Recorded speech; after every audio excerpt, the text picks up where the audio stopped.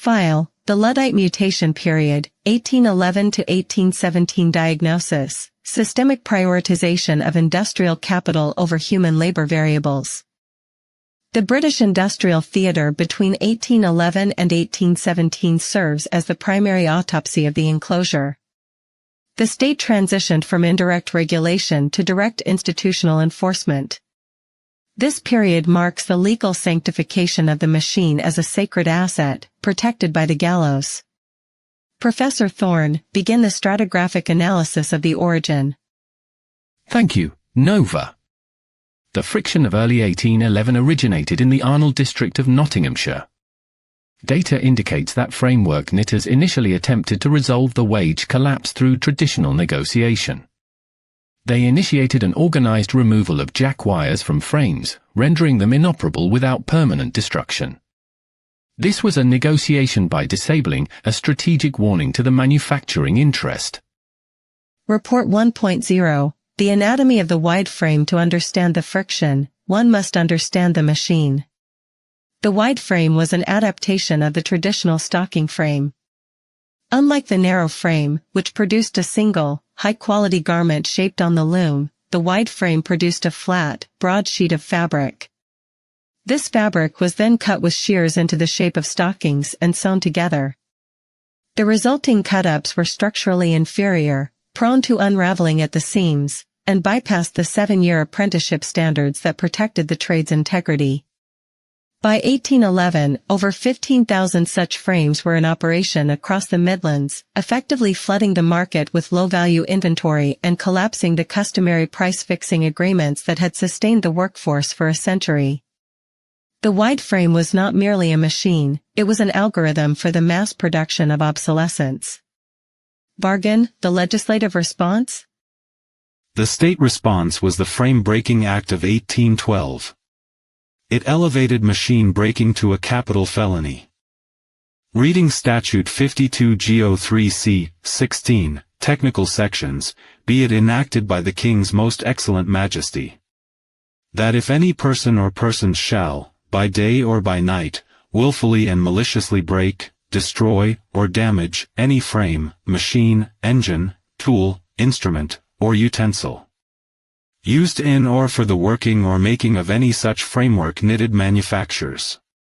Every such offender being thereof lawfully convicted shall be adjudged guilty of felony, and shall suffer death, as in cases of felony without benefit of clergy. And be it further enacted, that all persons who shall be found in any such house, shop, or place, for the purpose of breaking such frames, shall be deemed guilty of a misdemeanor, and shall be liable to be imprisoned for any term not exceeding 2 years. Lord Byron, in his February 27, 1812 speech to the House of Lords, provided the forensic counter-argument. He had witnessed the squalid wretchedness of the heart of the country. Reading Byron transcript, but while these outrages must be admitted to exist to an alarming measure, it cannot be denied that they have arisen from circumstances of the most unparalleled distress. The perseverance of these miserable men in their errors is only to be attributed to the wretchedness of their condition. After months of inaction, comes forth the grand specific, the never-failing nostrum of all state physicians, from the days of Draco to the present time, death. Is there not blood enough upon your penal code, that more must be poured forth to ascend to heaven and testify against you? Will you erect a gibbet in every field and hang up men like scarecrows? Or will you proceed by decimation? Place the country under martial law? And restore that solitude to which the Romans called peace? The Luddite networks responded by formalizing the Ned Ludd avatar. Professor Thorne, the nature of the oath? It was a twisting in ritual of absolute secrecy and lethal consequences for betrayal. Reading the Luddite oath, full text, I, A.B., of my own voluntary will, do declare and solemnly swear that I never will reveal to any person or persons the names of the persons who composed this secret committee, on the penalty of being put out of the world by the first brother who shall meet me, and my name and character blotted out from existence. And I further now do swear that I will use my best endeavours to punish by death any traitor or traitors, should any rise up amongst us. So help me God to keep this my oath inviolable. Report 1.1. The anatomy of Enoch. The primary instrument of the Luddite kinetic response was the Enoch Sledgehammer. These were heavy, long-handled hammers manufactured by the blacksmith firm of Enoch Taylor and James Taylor in Marsden. Ironically, the Taylors were also the leading manufacturers of the very shearing frames the Luddites sought to destroy. The sledgehammer was a 14-pound cast-iron head specifically weighted to shatter the iron carriages and leaded frames. The mantra Enoch made them, Enoch shall break them, reflected the forensic symmetry of the conflict. Vargon, the kinetic peak? April 11, 1812. The conflict reached its peak at Rawfolds Mill in Yorkshire. Manufacturer William Cartwright fortification included regular soldiers and barrels of acid. 2 Luddites, John Booth and Samuel Hartley, were fatally wounded. Report 1.2. The Star in interrogation. John Booth, 19, was taken to the Star Inn at Roberttown. He was severely wounded. During the interrogation, mill owners attempted to extract the names of his accomplices. Booth remained silent until his final moments. When a priest asked if he had anything to say, Booth whispered, "Can you keep a secret?" When the priest replied yes, Booth said, "So can I," and expired. This silence triggered a massive wave of arrests. Vargon, the institutional audit of the York Assizes? In January 1813, the state performed a clinical liquidation of the leadership. 17 men were executed, including George Mellor and the party responsible for the Horseful assassination. They were hanged in 3 separate batches, a public performance of industrial deterrence. The Vargon indictment, the scaffold as an industrial asset. The executions at York were not merely judicial, they were an industrial requirement. The machine demands total passivity of the labor variable. The 17 bodies swinging at York were friction reduction agents for the manufacturing interest. By elevating the machine to capital felony status, the state declared physical assets take precedence over human survival. This is the moment where the enclosure becomes terminal. The gallows at York were the first automated labor management systems. They did not just kill men, they killed the idea of trade autonomy. Forensic audit verdict status, terminal mechanism, judicial performance/systemic liquidation. Human variable residual, 17 men executed at York. Institutional verdict, the resistance was physically liquidated. End of Part 1/3.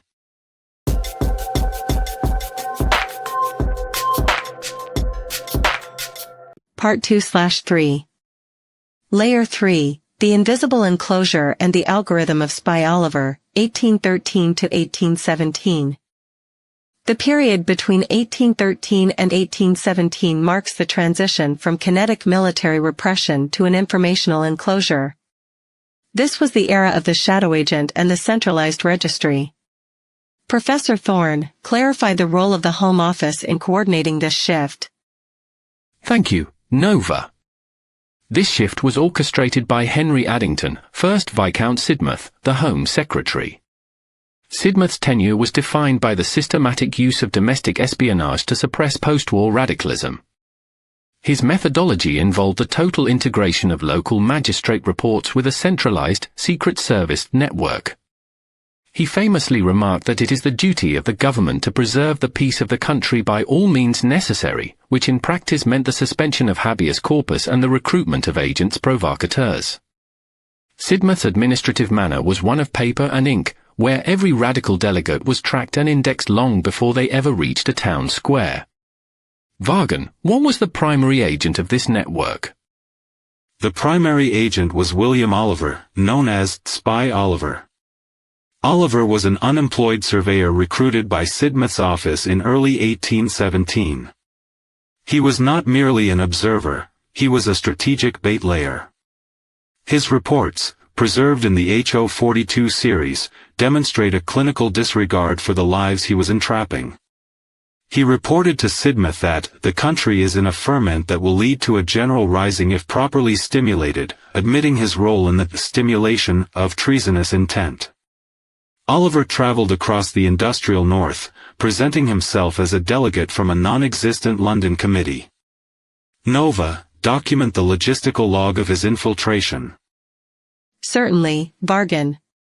May 16, 1817, Oliver infiltrates the Hampton Club in Birmingham, meeting with 15 delegates. He presents false letters of introduction from London radicals. May 17, in Nottingham, he meets with framework knitters at the Cock and Lion. He claims London has 70,000 pikes ready for the London blow. May 19, in Sheffield, he reports that the workers are ready to march on a signal from London. He facilitates a secret meeting in Paradise Square. June 1, he meets Jeremiah Brandreth at the White Horse in Pentridge. Oliver promised that 50,000 armed men would seize the Tower of London on June 9. This deception forced the radical groups into a premature military action. Professor Thorne, the outcome at Pentridge? The Oliver algorithm led to the Pentridge Rising. Jeremiah Brandreth led 300 men toward Nottingham, believing they were the vanguard of a republic. They were armed with pikes and a few muskets, moving through the rain with intense discipline. Brandreth, a 27-year-old knitter of intense charisma, believed the London uprising had already begun. They were intercepted by the 15th Hussars near Giltbrook. Brandreth was captured and beheaded on November 7, 1817. His execution was a calibrated signal of state power. Vargon, the fate of the other participants. 26 individuals were transported for life to New South Wales. This included George Whiteman, Thomas Bacon, and John Bacon. The trades represented, framework knitters, stonemasons, and laborers, were systematically removed from the labor pool. These men were held in Derby County Jail under the suspension of habeas corpus, in conditions designed to break collective resolve. The architecture of Derby Jail included the Black Hole, a lightless isolation cell where radical leaders were kept for weeks without trial. Biographical audit, Jeremiah Brandreth's defense during the Derby trials. Brandreth's defense counsel, Thomas Denman, argued that the uprising was entirely the product of government instigation by a spy Oliver. Denman pointed out that without Oliver's promises of a London insurrection, the men of Pentridge would never have taken up arms. The prosecution, however, maintained that even if stimulated, the act of levying war against the king remained treason. Brandreth maintained a dignified silence, refusing to save himself by informing on others. His final letter to his wife reflects a man who believed he was acting for a higher justice, even as the state dismantled his network. Professor Thorne, the response in Manchester? The response was the March of the Blanketeers in March 1817. Hundreds of weavers from Manchester attempted to march to London to petition the Prince Regent. They carried blankets for bedding and petitions pinned to their jackets. They were intercepted at Stockport Bridge by the King's Dragoon Guards under Sir John Byng. Professor Thorne, clarify the nature of Byn's intervention. Sir John Byng was the commander of the Northern District and a veteran of Waterloo. His approach to the Blanketeers was clinical. He used a pincer maneuver at Stockport Bridge that trapped the column between the river and the town wall. Over 167 men were arrested in a single hour. This proved the manner would not allow even the most peaceful petition to leave the manufacturing districts. Vargon, the legal instrument that enabled these arrests. It was the Habeas Corpus Suspension Act of 1817.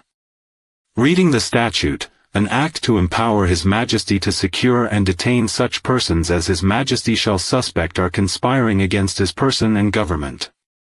It shall be lawful for the Secretary of State to secure and detain such persons.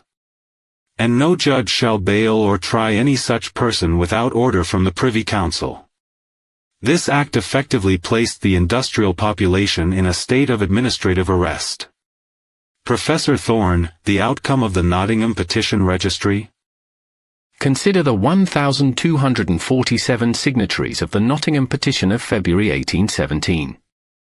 They requested the suppression of cut-up stockings and the restoration of apprenticeship rules. 65% signed with an X, indicating the degradation of skilled education. The outcome was 0 response and 100% inclusion in the Home Office surveillance database.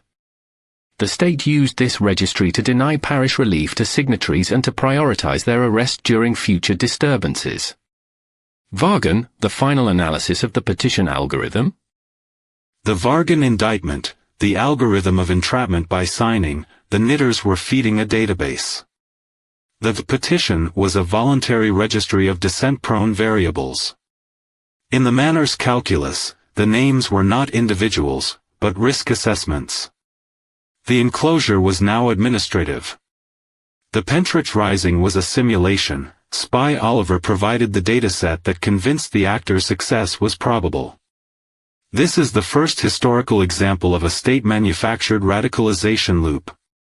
The Home Office did not wait for a crime, they engineered the conditions to audit the descent out of the system.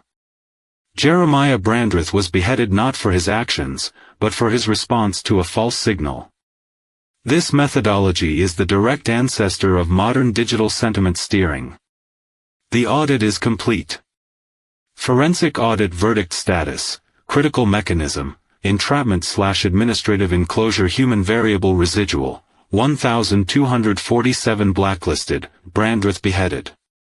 Institutional verdict, state captured the descent mechanism.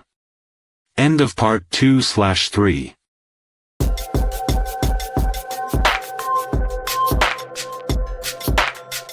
Layer 5, The Fiscal Architecture of Repression and the Terminal Audit, 1811 to 1819. Between 1811 and 1813, the British government deployed over 12,000 regular troops and yeomanry cavalry to the disturbed districts. This domestic commitment exceeded some active overseas theaters during the Napoleonic Wars. Professor Thorne, document the logistical peak of this occupation. Thank you, Nova. Treasury and Home Office papers in HO 40-1 through HO 46 document a sustained deployment. At peak occupation in mid-1812, approximately 4,200 troops were stationed permanently in Nottinghamshire alone. The Berkshire militia provided infantry garrisons inside major manufactories. The 15th Hussars conducted nightly cavalry patrols on the roads between Sheffield, Leeds, and Manchester. The cost to the Treasury was approximately £32,000 per month during the highest intensity period, a portion of which was charged to local rates. Industrial capital was elevated to national security status. The state declared, through resource allocation rather than explicit statement, that the machine was more valuable than the biological survival of the worker. Vargon, clarify the legal basis. The statutory foundation was the Combination Acts of 1799 and 1800, formerly 39 Go 3C, 81 and 39 and 40 Go 3C, 106. Professor Thorne, the preamble of the 1800 Act is particularly revealing. Indeed, Vargon. It reads, an act to prevent unlawful combinations of workmen. Whereas great numbers of journeyman manufacturers and workmen have, by unlawful combinations, endeavored to obtain an increase of their wages. Be it therefore enacted, that all contracts, covenants and agreements for obtaining an advance of wages shall be and the same are hereby declared to be illegal, null, and void, and that every person who shall be guilty of any such offence shall be committed to the common gaol for any time not exceeding 3 calendar months. The enforcement data, Professor Thorne. How many convictions? Home Office records document approximately 230 prosecutions under the Combination Acts in the manufacturing districts between 1800 and 1810. Conviction rates exceeded 85%. Sentences typically ranged from 14 days to 3 months incarceration. Crucially, no corresponding legislation prohibited combinations of manufacturers to lower wages. Luddism was a systemic response to this legal architecture.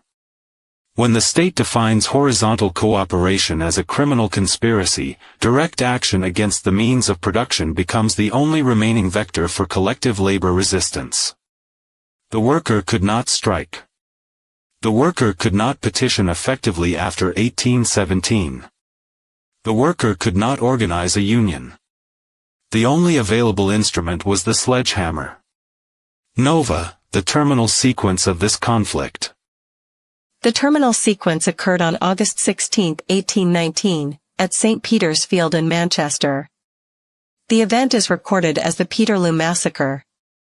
The Manchester and Salford Yeomanry Cavalry, a volunteer paramilitary force, charged directly into a crowd of approximately 60,000 civilians assembled to petition for parliamentary reform.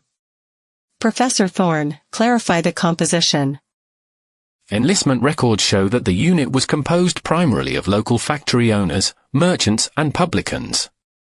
Many had direct economic interests in suppressing labor organizing. They had been issued sharpened sabers shortly before the operation. Multiple witness accounts recorded in HO 42-192 indicate that some yeomen were intoxicated by noon on the day of the meeting. Their charge was not a tactical maneuver. It was a performance of class-based violence. Vargon, the magistrate's design? Home Office correspondence documents that magistrates, led by William Hulton, issued the arrest warrant for the radical speaker Henry Hunt approximately 1 hour before the yeomanry charged. The riot act was read from a window overlooking the field, though the crowd could not hear it due to the distance and ambient noise. The yeomanry were then ordered to cut a passage toward the speaker's platform. The operational design was to extract Hunt while using cavalry force to disperse the demonstration. The execution exceeded the design parameters. Professor Thorne, the personal nature of the force? The Home Office papers record that many yeomen recognized individual workers in the crowd. They had personal grievances against radical speakers who had advocated for wage increases and factory regulations.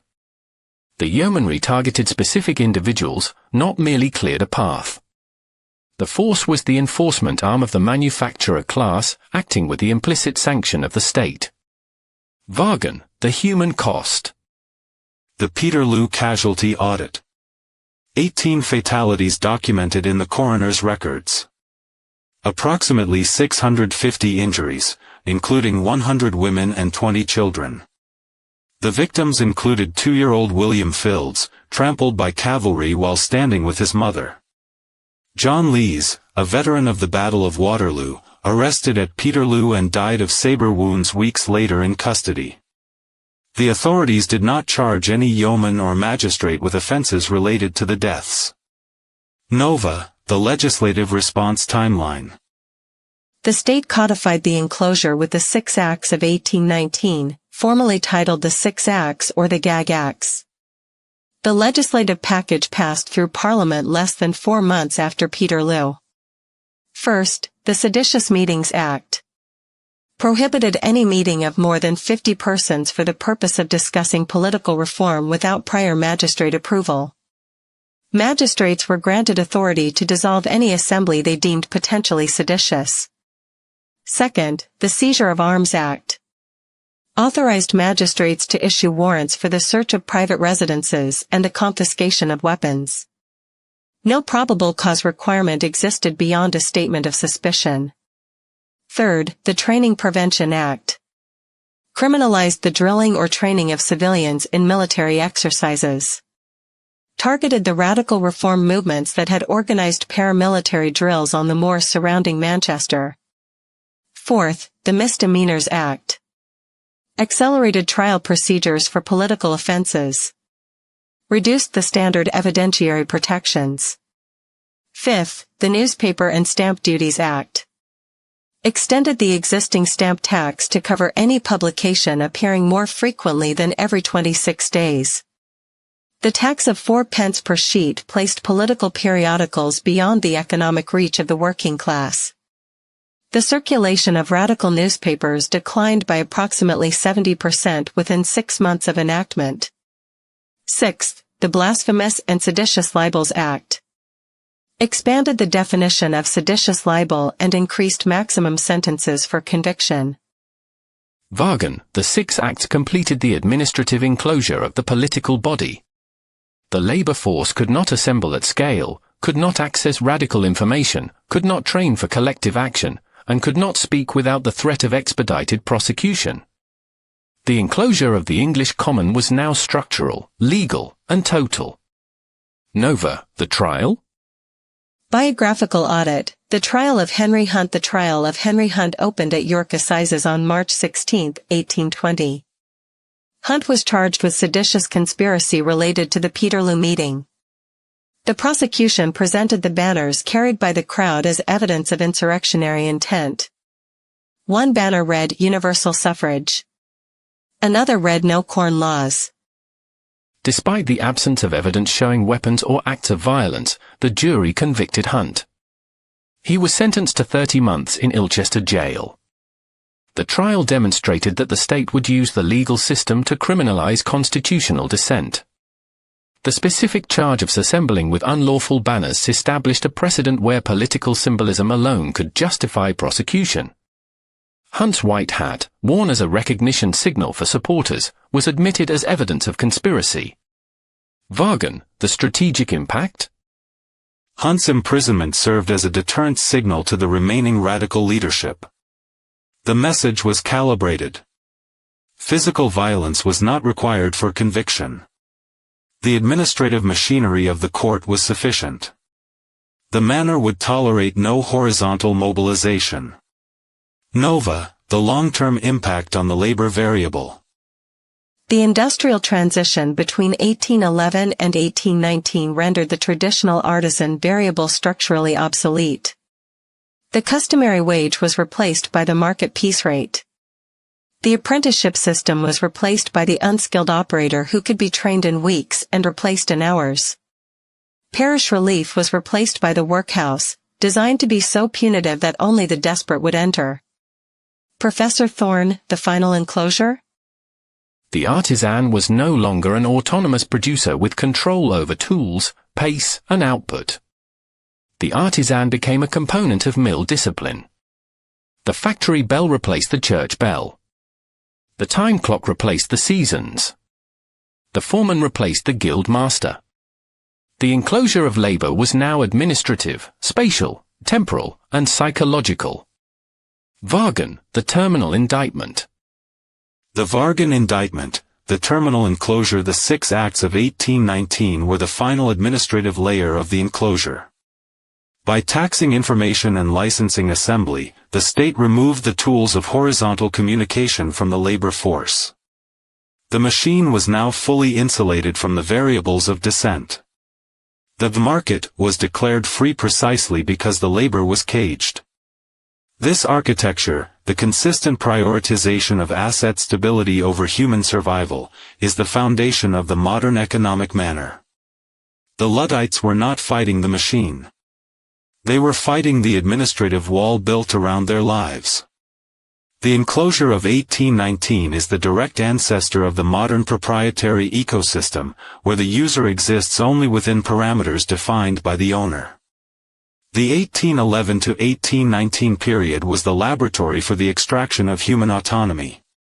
The legal, fiscal, and administrative mechanisms developed during this decade have been refined, digitized, and deployed at planetary scale. The audit is complete. Session terminated.